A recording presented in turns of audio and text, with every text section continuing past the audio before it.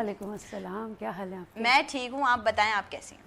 मैं ऐसी हूँ जैसी दिख रही हूँ। क्या बात है, बहुत प्यारी दिख रही हैं। और अनीना, थैंक यू सो मच सबसे पहले तो on behalf of my full team कि आप आई, आपने हमें टाइम दिया और वो भी संडे की रात को। एक इतनी प्यारी होस्ट और खूबसूरत सिंगर, और वो क्योंकि बिरादरी है ना, चलता है। एक ही बिरादरी। बिरादरी वालों को तो बिरादरी वालों का साथ देना चाहिए और ये बहुत अच्छी बात है। हमारे पास बमुश्किल कुछ लोग ऐसे हैं जो अपनी बिरादरी को सपोर्ट करते हैं, वरना तो आपको पता है कि हमारी फुल सपोर्ट है आपके साथ, आपके क्या बात है, क्या बात। ये जो सबसे पहला सवाल मैं इसलिए ये करना चाहूँगी कि अनीना के नाम के साथ लगता है जी सूफी फोक आर्टिस्ट ना, तो जब सूफी की बात आती है, जब फोक की बात आती है, सूफीज्म की बात आती है, तो ये तो बाय बर्थ या तो आप में होता है, आपके अंदर होता है, ये आप कहीं से अडॉप्ट नहीं कर सकते। तो ये क्या माजरा था, ये अनीना सूफीज्म की तरफ कैसे आ गई?